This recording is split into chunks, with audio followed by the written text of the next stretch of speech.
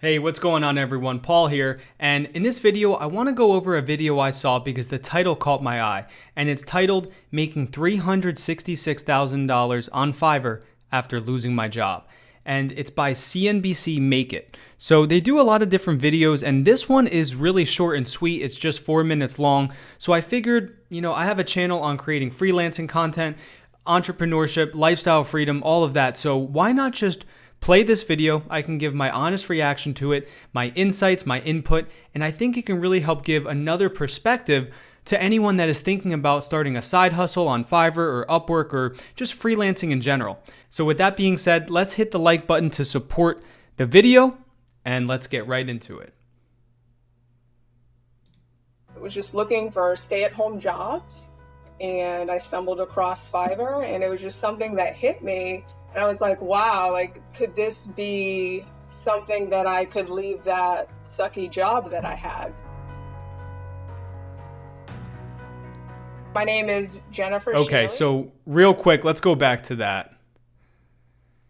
So this 42-year-old made $366,000 in 7 years on Fiverr. So I was kind of thinking that 366,000, usually when you give a figure out like that, you're talking about your yearly salary or at least what you made last year, because when you're freelancing and starting out, your salary is increasing usually when you're doing well, of course. So it's kind of interesting how they're breaking that up into 7 years, and I'm thinking that there's probably a few years in the beginning, if not most of that time, where she wasn't taking it seriously, because if that's spread up, it's not that that's a bad salary, it's just that it's a little misleading. So we'll definitely get more into that.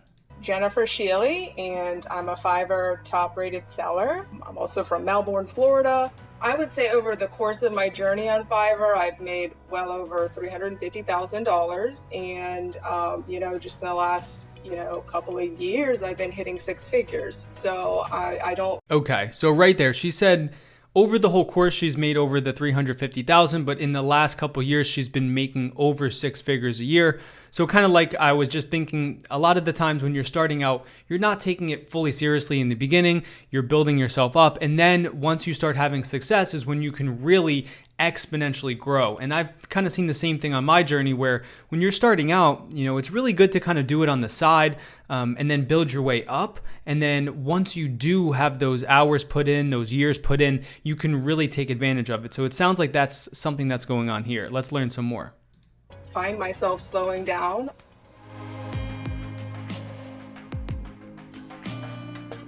Digital marketing.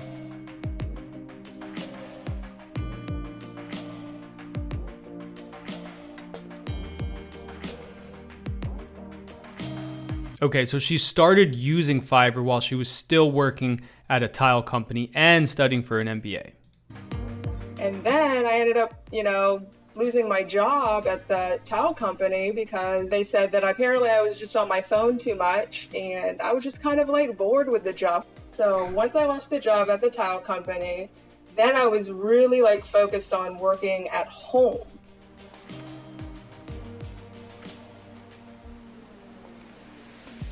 And then I realized I just wanted to get kind of out of that project management role and just really focus in on Fiverr. So what I did was I just used all the extra free time that I had, which was probably a little bit in the evenings and basically my weekends. And I sacrificed all that. I didn't go to parties, and I just said no to a lot of things because I was really wanting to focus on Fiverr. And it got to a point within a 4-year period that I was basically making more in Fiverr than I was with those 3 jobs together. So I was like, this is... Okay, wow. So a lot to unpack there. I think the first part of it where she talks about losing her job, I think once again, that's a little bit misleading. And it's even in the title, right? After losing my job.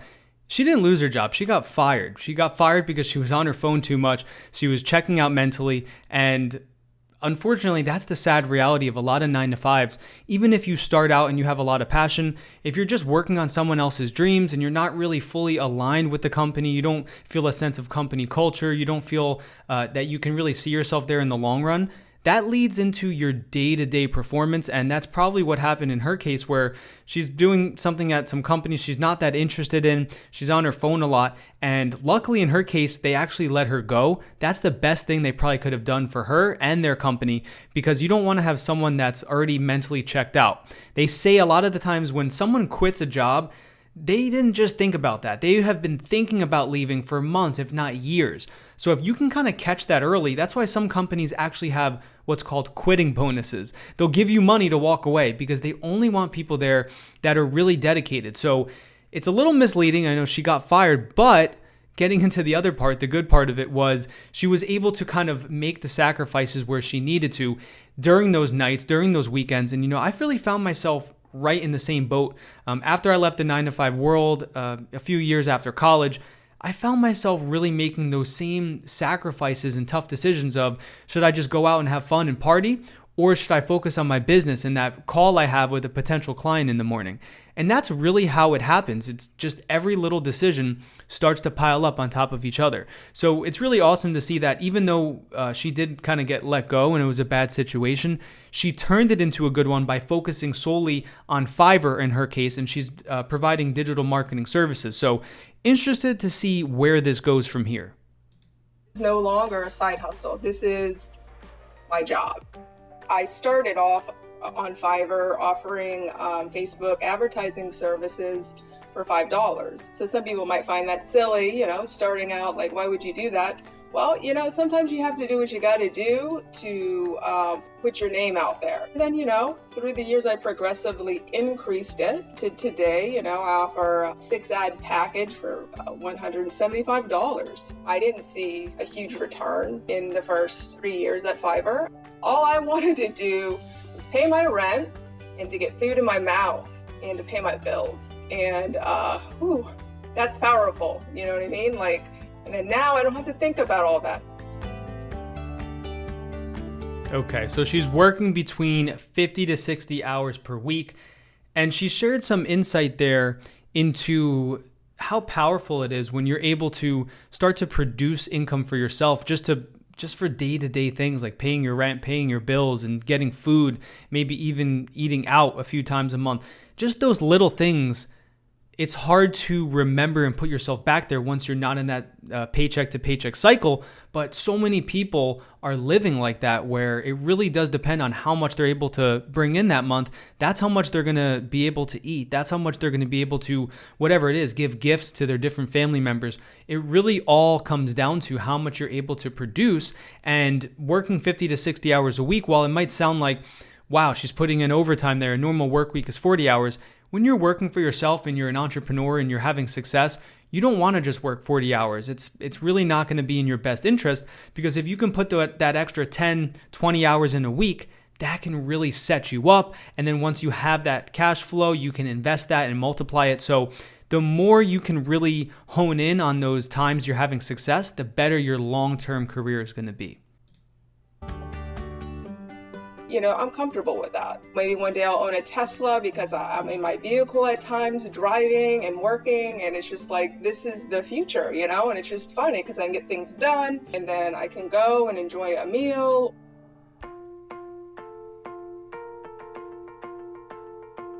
I'm actually doing way more work than I did in 2020, so I'm quite shocked about it. Wow. Okay. So this is important. I want to pause this here because she just kind of clarified what her recent successes look like. And she said that she's even had more success since the pandemic started. Once again, I really find a lot of similarities in my own journey because I've been freelancing for over 4 years now. I've been in the digital marketing space, and over the last year and a half since the pandemic started, I've seen the boom in freelance opportunities, because not only are everyone that is getting pushed online, are they kind of jumping into it more and more, but there's also been just a rapid acceleration of people who weren't even thinking about needing marketing services, needing digital marketing, but they're forced to adapt if they want their company to survive. And that's created even more opportunity in the freelancing space. So it's no surprise to me that in 2020, while so many people are getting laid off, so many people are just struggling, losing so much money of their net worth, she's able to make over $100,000 on Fiverr because she set herself up on that platform. And I'm interested to see where she's at right now. Let's see if they give us that info. Fiverr. Okay, they did. So they said that she's already at over $45,000 made this year. So this obviously isn't a fluke. It's not a one good year for her. She's progressively kind of scaling up. And that's the beauty of freelancing as well, where if you're in a 9-to-5, it's not that there's no opportunity to grow with the company, but that's stretched out. And that is really dedicating a good chunk of your life to this one particular job. However, when you're freelancing, you can start to have that type of exponential growth once you build yourself up. Once you have your foundation built, you know what niche you're going to provide services to, you have some testimonials under your belt, you have a good workflow and process set up, you can start to crank out work, really get your process down, get your productivity up, and you can start making 6 figures a year freelancing much quicker than it would for you to kind of climb that corporate ladder. So even though it might start out slower in the beginning, you have so much more ability to just really arch that graph upward. A world of opportunity to me that I'm very thankful for and very fortunate for. I really feel like God just put this fight in me to not give up. I think those times where I was overlooked for promotions and, dumbed down, I just think now when I look at it, it was all a preparation for now because I'm leading my own ship. People out there like a woman like me, or she's a colored woman as myself, or she's LGBT, you kind of just go like, do I really fit out here? And I just always had this drive, and I felt like, I'll do whatever it takes, you know what I mean? I'll work harder and faster and longer and weekends and whatever just to prove a point that I am worth something and that my work matters and that my voice matters and that, I have a purpose here. Okay, so let's just give it up. That was an awesome video by CNBC Make It. They kept it really short and sweet. If you see this other video here, I also reacted to this one, making $378K a year as a Fiverr freelancer. If you want to check that out, I'll put the thumbnail right here so you can see what that looks like. But this was an awesome video. I really liked how they kept it short and sweet. They didn't really kind of extend it where it didn't need to be, but they got to the point. They kind of showed her journey, and I find a lot of myself in this journey because you don't need to do this as your full-time gig to start out. You can start to kind of test the waters on Fiverr, on Upwork, on freelancer.com, and even just in, different freelancing relationships that you can have that are not even on a platform, but start to get some experience in the space and you can see if it's good for you. And if it is, there's no reason why you can't scale it up. So let's take a look now at some of the comments. If there's anything in here we can kind of just comment on. So, okay, the most liked comment, wow, 366K in a year on Fiverr. Me, 15 seconds later. Oh, in 7 years. Yes, that's kind of what we touched on as well. They kind of make it seem like that. However, we do have other people here, clarifying she made 106K in 2020, so she'll probably make more in 2021. Exactly. That's kind of what I was saying as well, where when you start out freelancing, your first year is not always going to be the best because you're starting from scratch. You need to put in the work, start on smaller projects, and work your way up. I have a bunch of content on my channel about that, but that's not to say it's not worth it, because once you put that work in, down the line is when it all pays off and you can have a system built that steadily feeds you leads. That's what I love about Upwork. Like, they literally send me emails every single day with different clients that are inviting me to work on their projects to see if I'm a good fit. They send you emails of all the different jobs out there that are in your area, that fit your skill set, that don't have enough proposals yet. And whatever your skill set is, or if you don't have one yet, start to kind of look at where you can carve your path in this freelancing world. And I really think you can have a lot of success because there's a reason you're watching this. You're kind of drawn to this type of content, how people are transitioning away from jobs they don't even enjoy to working for themselves, even if it means putting in that extra work. It really all pays off. So I hope that was an entertaining video for you. If you liked it, please subscribe, leave a comment down below. And until the next one, I look forward to your success.